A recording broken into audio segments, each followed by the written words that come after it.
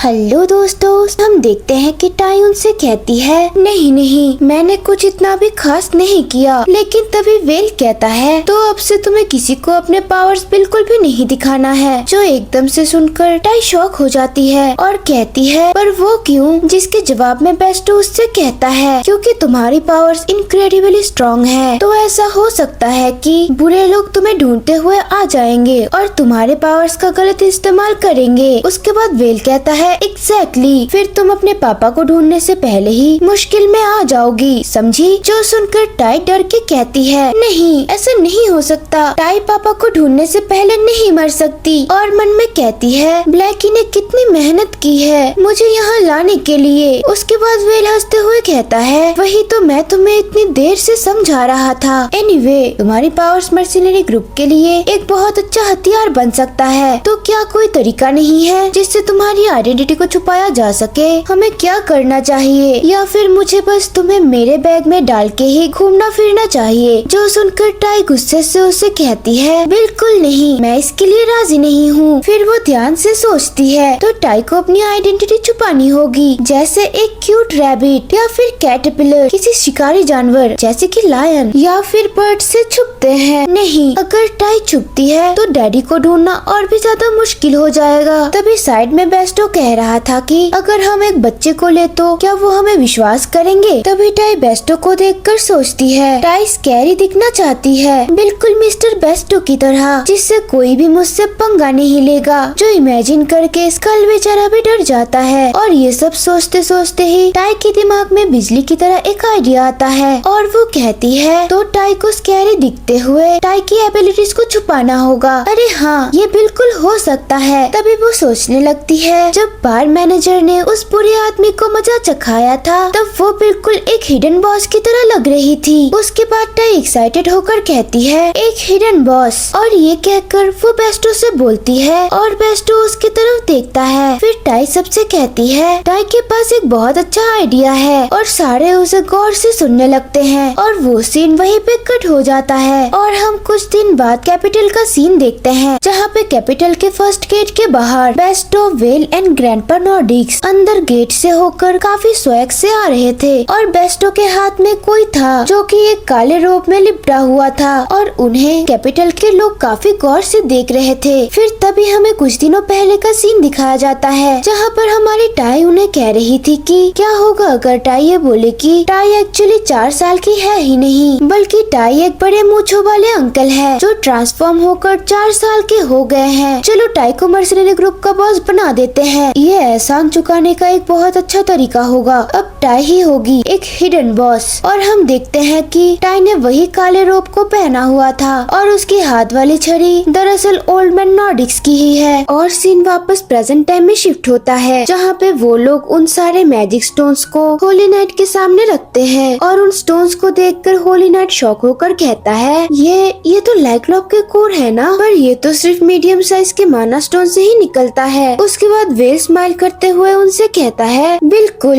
ये 3 लाइक्लॉप्स, 18 बेलियस और 2 inferno winds के बराबर है। ये सब मर्सिनरी गिल्ड के रजिस्ट्रेशन एग्जाम पास करने के लिए काफी होना चाहिए, है ना? और वो नाइट उसकी तरफ शक भरी नजरों से देखते हुए सोचता है उस बड़े वाले आदमी को छोड़कर एक झुका हुआ बुढ़ा आदमी और एक सुंदर लड़की जो शायद अभी अभी एडल्ट हुई है, कहीं ये सब इन्होंने कहीं से चोरी तो नहीं किया? और वो लोग उल्टा उससे पूछताछ करने लग जाते हैं और कहते हैं सच सच बताओ तुम लोग आखिर हो कौन? फिर हमें नीचे से किसी की आवाज आती है जो कह रहा था कि क्या कहा? तुम लोग कितनी बदतमीजी से बात कर रहे हो तुम? जो अचानक सुनकर वो नाइट थोड़ा चौंक जाता है और वो नाइट सोचता है ये आवाज तो नीचे से आ रही है। और दोस्तों, वो हमारी टाई थी जो उनसे चिल्लाकर बात कर रही थी कि थोड़ा रिस्पेक्ट से बात करो, समझे? मैं महान आर्कमेज क्वीन ऑफ डेथ हूँ। और वो नाइट्स फाइनली उसे नोटिस कर ही लेते हैं और वो कुछ देर के लिए ठीक से प्रोसेस नहीं कर पाता। वो उसे देखकर कहता है क्या एक बच्चा, ये क्या है? तभी जमीन चीरते हुए एक स्केलेटन बाहर आ जाता है और उस गार्ड नाइट को डराने लगता है और जिसको देखकर तो उस नाइट की फटके 4 हो जाती है। और अचानक से उस स्केलेटन को देखकर सारे सिविलियंस भी पैनिक में आ जाते हैं। वो लोग चिल्लाकर कहते हैं देखो एक स्केलेटन, ये तो एक स्केलेटन है, अंधेरे का जीव, आखिर किसने ऐसी डिवाइन चीज को समन किया? तभी हमारी टाई कूल अंदाज से स्केलेटन से कहती है मेरे पीछे आ जाओ मेरे क्रिएटर। रेडिएशन, जो सुन के वो स्केलेटन भी उसके पीछे आ जाता है और वो बहुत कूल लग रहे थे। उन्हें ऐसा देखकर वो नाइट कहता है, वो छोटा बच्चा, ये सब सच में मेरी समझ से बाहर है। क्या इस बच्चे ने ही स्केलेटन्स को समन किया है? तभी वो डरते हुए उससे कहता है, तुम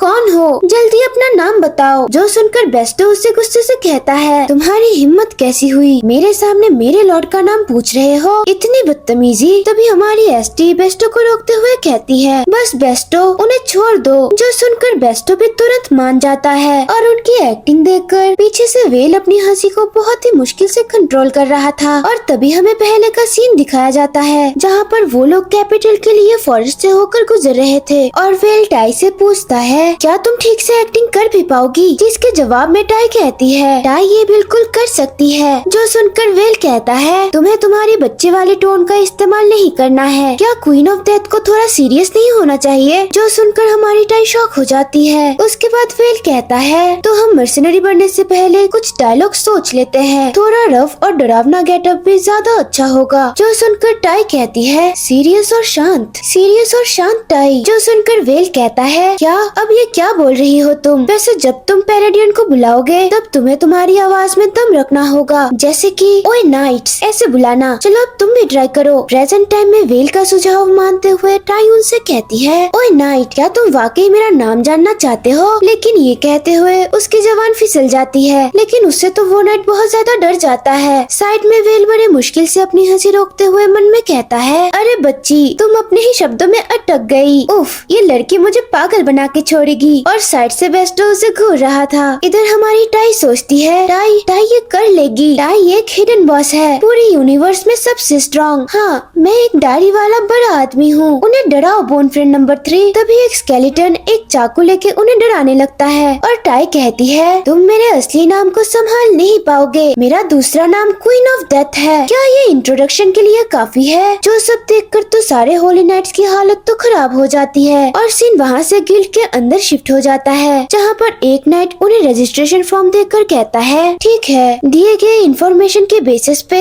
हम आपका ऑफिशियल मर्सिनरी रजिस्ट्रेशन प्रोसेस करेंगे। प्लीज आप लोग थोड़ी देर यहाँ वेट कीजिए, मैं अभी आता हूँ। उस नाइट के जाने के बाद वेल खुश होकर कहता है, अच्छा है, ये काम कर गया। बेस्टो भी खुशी से कहता है, शाबाश टाई, उसने बिना तुम्हारा असली नाम पूछे हमें रजिस्टर करने दिया। इसका मतलब है उसने तुम्हें एक पावरफुल इंसान के तौर पर देखा। जो सुनकर हमारी टाई भी खुश हो जाती है। तभी ग्रैंडपा नॉर्डिक्स कहते हैं, मुझे खुशी है कि सब कुछ ठीक से हो गया। अगर ये रिजेक्ट हो जाता तो मैं कम से कम हेड काउंट पूरे करने का प्लान बना रहा था। क्या मैं कुछ और वक्त के लिए तुम लोगों के साथ रह सकता हूँ? तभी उनकी बात सुनकर वेल कहता है, वेल ज्यादा लोग होना हमारे लिए ही अच्छा है। क्या ये ठीक रहेगा ग्रैंडपा? ओल्ड मैन कहता है, बिल्कुल, मुझे क्वीन ऑफ डेथ का एहसान चुकाना है क्योंकि उसने मुझे बचाया था। तभी वो टाई से पूछते हैं, ओ हाँ बच्ची, जब पैलाडिन वापस आएगा तो वो तुमसे मर्सिनरी गिल्ड का नाम पूछेगा। क्या तुमने पहले से कोई नाम सोचा है? जो सुनकर बेस्टो और वेल कहते हैं, ओ हाँ, हम लोग तो इस बारे में भूल ही गए थे। और टाई शॉक होकर कहती है, मैं तो क्वीन ऑफ डेथ बनने में इतनी बिजी हो गई थी कि मैंने नाम के बारे में सोचा ही नहीं। और बहुत सोचने के बाद वो कहती है, कोयल क्लास कैसा रहेगा? जो सुन के वेल भड़कता हुआ कहता है, क्या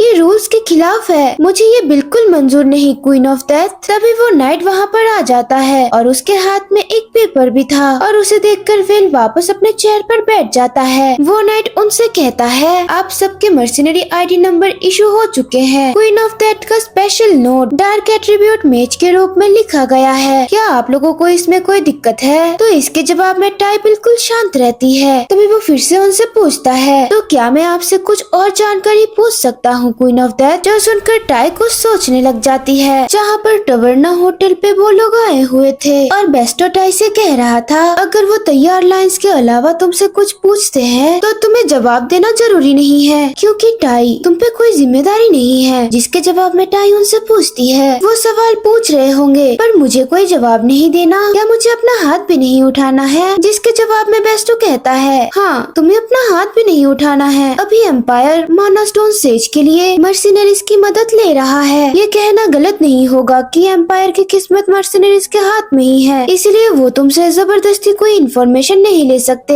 फिर वेल भी इससे एग्री करते हुए कहता है, सही बात है। इनफैक्ट बहुत से मर्सिनरीज अपनी आइडेंटिटी छुपाते हैं या फिर झूठ बोलते हैं। अगर कोई पूछ रहा हो तो हाँ, तुम अपनी आइडेंटिटी छुपाने वाली बात का यूज कर सकती हो। जो सुनकर तो हमारी टाई की आंखें चमक उठती है। प्रेजेंट टाइम में वो सब सोचकर टाई उस नाइट से कहती है, ओए नाइट, मैंने कहा था ना मेरा दूसरा नाम क्वीन ऑफ डेथ है। वो नाइट डर कर कहता है, मैं जानता हूँ। लेकिन फिर टाई कंटिन्यू करते हुए कहती है, तुम्हें क्यों लगता है कि मैं ऐसी क्यों दिखती हूँ? और वो तो अपने शब्दों पे फिर से अटक गई थी और नीचे से स्केलेटन्स भी उठने लगते हैं। फिर वो नाइट डरते हुए कहता है, लगता है मैंने गलती कर दी, प्लीज मुझे माफ कर दीजिए, मैं आपसे अपनी जान की भीख मांगता हूँ। और टाई गहरी सांस लेकर कहती है, मैं तो बाल बाल बच गई। तभी वो नाइट्स कहता है, ये काफी अफसोस की बात है, लेकिन हमें ऊपर से ऑर्डर मिला है कि बेस्टो पेरिक्स का आईडी नंबर इशू नहीं किया जा सकता। जो सुनकर बेस्टो पूरी तरह शॉक हो जाता है और वो नाइट कंटिन्यू करते हुए कहता है, कैनिक्स मर्टिफर के गिल्ड मास्टर कार्ल वर्वन की तरफ से ये रिपोर्ट आई है। उसमें लिखा है कि उसने मर्सिनरी गिल्ड में इलीगल काम किया है। इतना ही नहीं, उस पे पैसे और महंगे सामान लूट करके भागने का इल्जाम भी है। जो सुनकर वेल, टाई और ग्रैंडपा नॉर्डिक्स तो बिल्कुल शॉक हो जाते हैं। तभी बेस्टो गुस्से से कहता है, क्या कहा? मैंने क्या चोरी किया? मैंने कौन से इलीगल काम किए? तभी नाइट उसके जवाब में कहता है, वो तो मुझे भी नहीं पता, पर रिपोर्ट के मुताबिक तुम बार बार गलत काम करते थे, जिससे तुम ऐसे पॉइंट पर पहुंच चुके हो जिससे तुम अब मर्सिनरी का काम कंटिन्यू नहीं कर सकते। ये सब सुनकर बेस्टो गुस्से से टेबल पर हाथ पटकते हुए कहता है, ये सब कार्ल ने किया था, वो ही सब गंदे काम करता था और सबका पैसा लूट लेता था। शुरू से ही ये सब अजीब था कि बिना सच वेरीफाई किए मेरा आईडी कैंसिल कर दिया गया। क्या तुम्हें लगता है ये इंसाफ है होली नाइट्स? और वो मन में कहता है, कार्ल वर्वन, क्या तुम्हारे लिए मेरी फैमिली को बचाने का मौका छीनना काफी नहीं था? अब तुम ये सब भी कर रहे हो। फिर ओल्ड मैन नॉर्डिक्स बेस्टो को शांत होने के लिए कहता है। उसके बाद फिर लंबी सांस लेकर कहता है, आखिर उस मर्सिनरी लीडर ने किससे हाथ मिलाया था जिसकी वजह से ये सब हुआ? और वो गुस्से में उन होली नाइट से कहता है, सच सच बताओ, आखिर कितनी रिश्वत ली है उन्होंने? जिससे वो गार्ड नाइट सीरियस होकर उन लोगों की तरफ देखता है। और ये सब सुनकर हमारी टाई सोचती है, रिश्वत, ये वर्ड मैंने पहले भी सुना है। तभी वो अपने कोरिया के दिनों को याद करने लग जाती है, जहाँ पर वो पड़ोस वाली दादी के साथ न्यूज देख रही थी और न्यूज में रिश्वत के बारे में कुछ बताया जा रहा था। और दादी वो न्यूज देखकर कहती है, देखो तो उस आदमी को,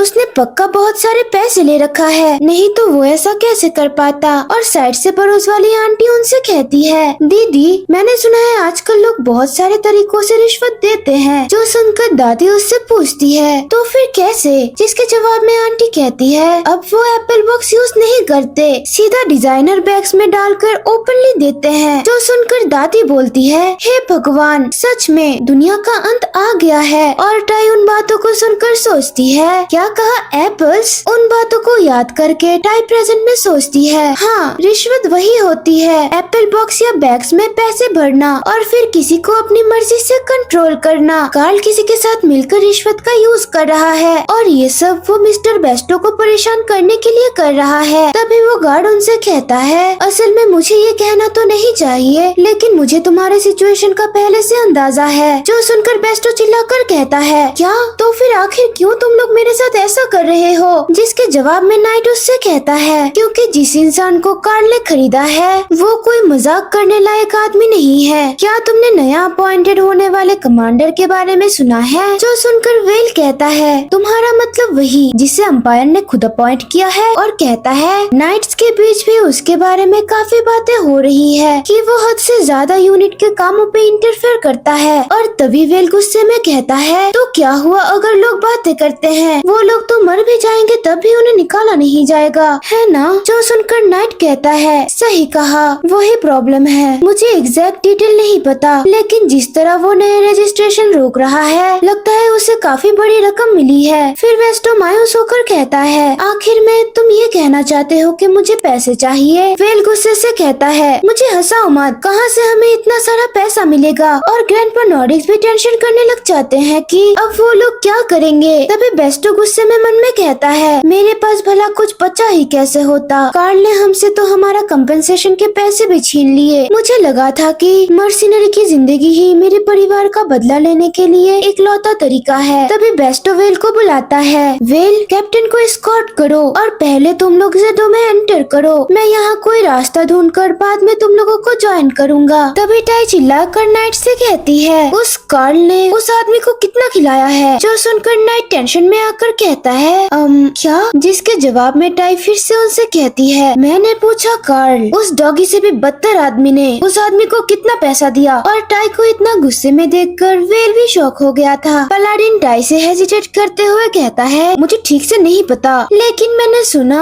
उसे पूरा नोटों से भरा एक संदूक मिला था। जो सुनकर टाई हैरान होते हुए सोचती है, नोटों से भरा हुआ एक संदूक? अगर ऐसा ही है तो टाई के पास उससे भी अच्छी एक चीज है। उसके बाद टाई अपना बैग खोलकर मन में कहती है, टाई के पास है बोन फ्रेंड के दिए हुए वेलकम गिफ्ट्स। और बैग में से बहुत सारे हीरे जवाहरात निकलता है और टाई उन हीरे जवाहरातों को देखकर पिछले बातों को याद करने लगती है। जब जंगल के अंदर पहली बार बोन आर्मी से उसकी मुलाकात हुई थी, बोन फ्रेंड ने उसे तोहफे के तौर पर बहुत सारे मोती और हीरे जवाहरात दिए थे, क्योंकि वो बहुत ज्यादा रो रही थी। और टाई उनसे रोते हुए कह रही थी कि अभी ऐसी चीजें लेने का वक्त नहीं है, मुझे जल्दी से मिस्टर बेस्टो और बिग ब्रो वेल की मदद करनी है, मैं बाद में इसे ले लूंगी, जल्दी जल्दी चलो। Big brother well, mister Bairstow, मैं आ रही हूँ। और उस बातों को याद करने के बाद टाई प्रेजेंट टाइम में कहती है, बोन फ्रेंड्स, वक्त आ गया है, प्लीज टाई की मदद करो। तभी टाई पलाडिन से कहती है, उसे बोलो कि मैं द ग्रेट मेज नेक्रोमेंसी किंग उससे और भी ज्यादा दूंगा। तुमने सिर्फ एक एप्पल बॉक्स से भरा पैसों के लिए अपनी जमीर बेच दी। मैं उस बेकार आदमी जैसा नहीं हूँ। उससे बोलो मैं इसे डिजाइनर बैग में डालकर खुलेआम दूंगा। और इतने सारे हीरे जवाहरातों को देखकर पलाडिन की आंखें तो फटी की फटी रह जाती है और बेस्टो वेल और ग्रैंडपा नॉर्डिक्स भी बहुत ज्यादा दंग रह जाते हैं। फिर हम 1 घंटे बाद का सीन देखते हैं और जहाँ पर वो पलाडिन बेस्टो की तरफ एक पेपर को बढ़ाते हुए कहता है, बेस्टो पेरिक्स, ये तुम्हारा नया आइडेंटिफिकेशन नंबर है। तभी बेस्टो हैरान होकर उससे कहता है, क्या ये सच में काम कर गया? जिसके जवाब में वो हामी भरते हुए कहता है, हाँ, आपका पर्सनल रजिस्ट्रेशन कंप्लीट हो गया है, अब बस आप लोगों को यहाँ मर्सिनरी गिल्ड का नाम लिखना है। और टाई उस पेपर को लेके मर्सिनरी ग्रुप का नाम सोचने लग जाती है और सामने से वेल उसे एक अजीब लुक देते हुए इशारा करते हुए कहता है, कोयल क्लास, बिल्कुल भी नहीं चलेगा। फिर टाई कहती है, एगवर्ट, मैं मर्सिनरी गिल्ड का नाम एगवर्ट रखूंगी। और ये नाम वेल को अच्छा लगा था और वो खुश होकर उससे कहता है, ओह, ये क्या है? ये तो जितना मैंने सोचा था उससे कहीं ज्यादा बेटर निकला। ग्रैंडपा नॉर्डिक्स भी खुश होकर कहते हैं, एगवर्ट, तुमने ये नाम कैसे सोचा टाई? तभी टाई स्माइल करते हुए उनसे कहती है, ये बस मेरे दिमाग में ऐसे ही आ गया था। और मन में कहती है, एक्चुअली बाहर इंतजार करते वक्त वहाँ पे बोर्ड में जो नाम सबसे ऊपर लिखा था, मैंने बस ट्रेवेगा के लेटर्स को